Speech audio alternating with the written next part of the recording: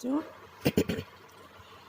इसके पहले हमने आपको प्रतिचित्रण समझाया था कि प्रतिचित्रण किसे कहते हैं और कैसे पहचानेंगे कि कोई भी फलन है। उसके कई हमने तरीके बताए थे कि फर्स्ट कोऑर्डिनेट के संबंधित अगर उसका प्रतिबिंब दो अवयव हैं तो वो प्रतिचित्रण या फलन नहीं होगा। यहाँ हम प्रतिचित्रण की बात कर रहे हैं, तो प्रतिचित्रण जो है, हर एक प्रतिचित्रण एक फलन है।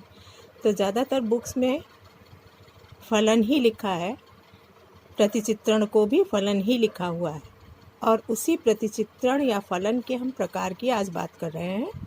पहले प्रकार का फलन है अंतःक्षेपी प्रतिचित्रण या फलन, इसको इनटू मैपिंग भी कहते हैं। तो जैसे कि हम पहले जानते हैं कि y=fx लिखने का मतलब ये है कि x जो है उस अवयव का प्रतिबिंब फलन f की परिभाषा के अंतर्गत y होगा। या इसको हम b=fa भी लिख सकते हैं।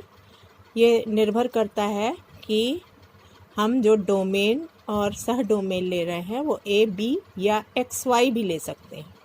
तो यहाँ अवयव अगर डोमेन A है, कैपिटल A हमारा समुच्चय है, तो उसके अवयव A लेते हैं और B समुच्चय के अवयव B लेते हैं, आर्बिट्रेरी अवयव।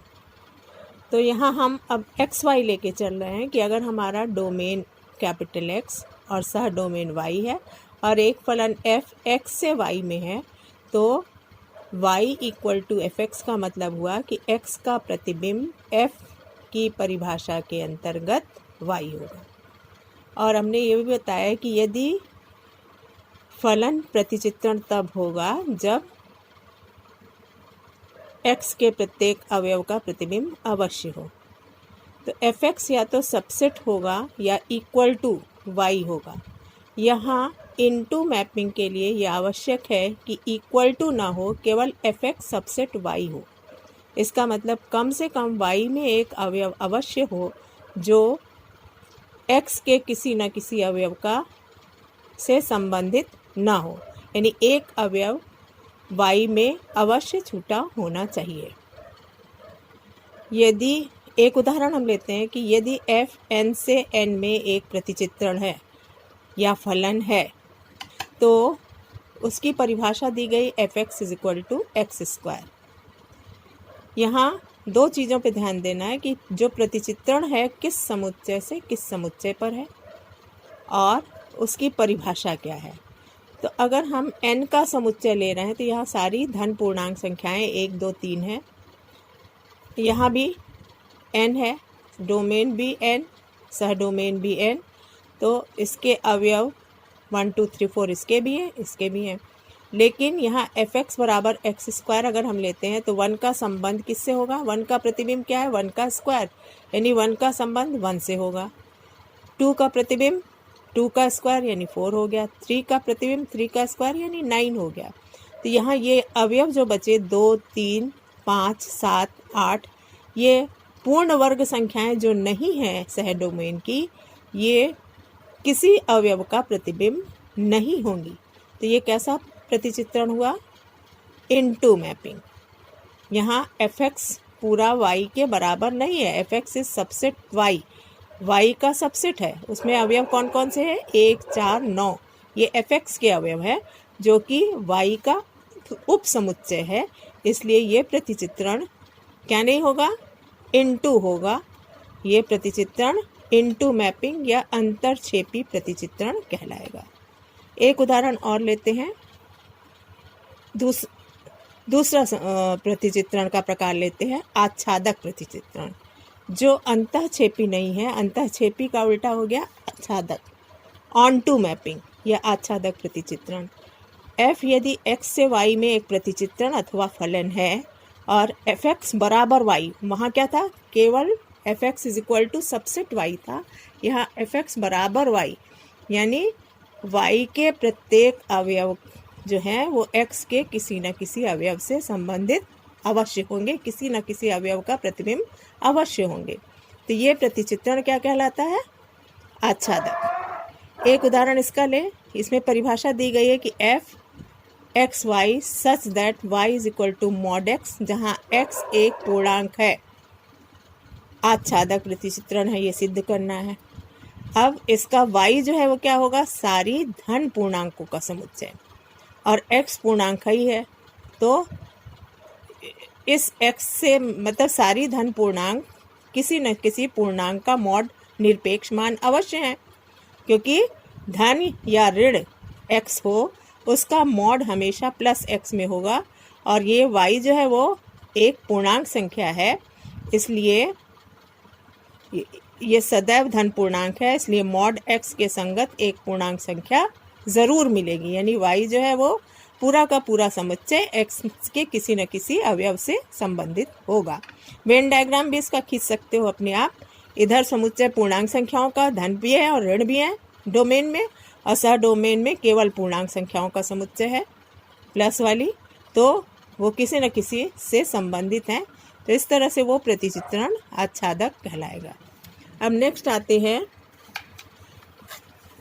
एकाकी प्रतिचित्रण पे। एकाकी प्रतिचित्रण के लिए हम यदि एक फलन या प्रतिचित्रण x से y में है और उसके दो अवयव x के दो अवयव x1 और x2 दोनों के प्रतिबिंब fx1 एक x1 का प्रतिबिंब हुआ और fx2 x2 का प्रतिबिंब है, दोनों बराबर मानते हैं, ये मान लें कि दोनों बराबर हैं, this implies x1 is equal to x2।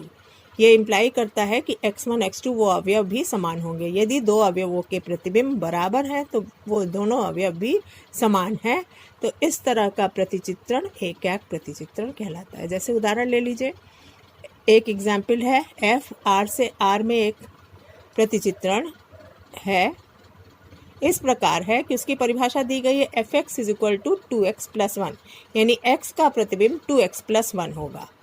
तो ये प्रतिचित्रण for every x belonging to r, ये एकाक प्रतिचित्रण है, ये हमें सिद्ध करना है। एकाक सिद्ध करने के लिए हम ये मान के चलते हैं कि दो अवयवों के प्रतिबिंब बराबर हैं। दो अवयव हमने कहाँ माना, डोमेन r में, उनके प्रतिबिंब fx1 बराबर fx2, और फिर इस f की परिभाषा से हम ये सिद्ध कर देते हैं कि x1 बराबर x2 यदि सिद्ध कर दें तो प्रतिचित्रण एकाक होगा। तो fx1 बराबर fx2 हमने माना था, fx1 का मान कितना होगा 2x1 प्लस 1, इस परिभाषा के अनुसार ऊपर जो दी गई है fx is equal to 2x plus 1, और fx2 का मान होगा 2x2 प्लस 1। 1 दोनों तरफ से पूर्णांक धन पूर्णांक संख्या है, इसको हम कैंसिलेशन कर सकते हैं। हाँ, तो 2x1 बराबर 2x2, यहाँ 2 भी गुणा करने में पूर्णांक संख्या है, इसको भी हम दोनों तरफ से कैंसिल कर दें तो x1 बराबर x2 या मान मिल रहा है, इसलिए f एकाक प्रतिचित्रण होगा। इसी तरह से इसका दूसरा उदाहरण लिया, f r से r में इस प्रकार है कि fx is equal to x square, यहाँ डोमेन सह डोमेन r है, r यानी वास्तविक संख्याओं का समुच्चय, इसमें केवल अवास्तविक अंडर रूट के अंदर निगेटिव चिन्ह को छोड़ करके सारी संख्याएं क्या होंगी, पूर्णांक, भिन्न, परिमेय, अपरिमेय, सभी तरह की संख्याएं होंगी r में। तो for every x belonging to r क्या ये प्रतिचित्रण एकाक है, ये सिद्ध करना है। तो इसके लिए हमने दो अवयव x1 x2 का प्रतिबिंब बराबर मान लिया, fx1 बराबर fx2। अब इसमें हमने देखा, परिभाषा लगाई, तो x1 का प्रतिबिंब x1 स्क्वायर आया, x2 का प्रतिबिंब x2 स्क्वायर आया। ये अगर दो संख्याओं के, दो वास्तविक संख्याओं के वर्ग बराबर हैं तो ये आवश्यक नहीं कि वो संख्याएं बराबर हो, जैसे +2 का स्क्वायर -2 का स्क्वायर दोनों 4 होते हैं, लेकिन उनका वर्गमूल x1 x2 बराबर नहीं होता। +4 के दो वर्गमूल हो सकते हैं, x1 और x2, +2 -2 भी हो सकते हैं। तो ये दिस डज नॉट इम्प्लाई कि x1 बराबर x2, अतः प्रतिचित्रण एकाक नहीं है। तो ये सिद्ध हो गया, हमें एकाक प्रतिचित्रण सिद्ध करने के लिए डोमेन के दो अवयव लेंगे, उनका प्रतिबिंब बराबर मानते हुए ये देखेंगे कि वो अवयव बराबर हैं कि नहीं। अब नेक्स्ट पे आते हैं, दो चीज़ें, दो प्रतिचित्रण ज़्यादा इम्पॉर्टेंट है, एकाक और आच्छादक, और जो एकाक नहीं है वो बहुएक है और जो आच्छादक नहीं है वो अंतःछेपी है, जो पढ़ चुके। अब एकाक जो नहीं है वो बहुएक है, तो एकाक बहुएक या मेनी वन भी कहते हैं इसको। तो इसमें उल्टा हो जाएगा कि यदि fx1 बराबर fx2 हम मान के चलते हैं तो this does not imply x1 बराबर x2, यानी एकाक का उल्टा हो गया, इसमें डज नॉट इम्प्लाई लग गया। एकाक अब दो मिला करके एकाकी और अंतःछेपी 1-1 इन 2 मैपिंग। 1-1 के लिए जानती हूँ दो अवयव के प्रतिबिंब बराबर हो तो x1 बराबर x2। इनटू के लिए यदि fx सबसेट y हो तो वो मैपिंग क्या कहलाती है, इनटू मैपिंग कहलाती है। तो दोनों कंडीशन संतुष्ट करता हो तो वो एकाकी भी होगा, अंतःछेपी होगा, दोनों को अलग अलग करना पड़ेगा। दो मिला करके ये चल रहे हैं, एकाकी के साथ अंतःछेपी, बहुएक अंतःछेपी। बहुएक माने एकाक नहीं है, एकाक नहीं की क्या परिभाषा होगी, दो अवयवों के प्रतिबिंब बराबर हैं। दिस डज नॉट इम्प्लाई कि x1 और x2 वो अवयव बराबर है। अंतःछेपी की वही डेफिनेशन जो पीछे की, fx सबसेट y। अब फिर दो मिला लिया, एकाक आच्छादक।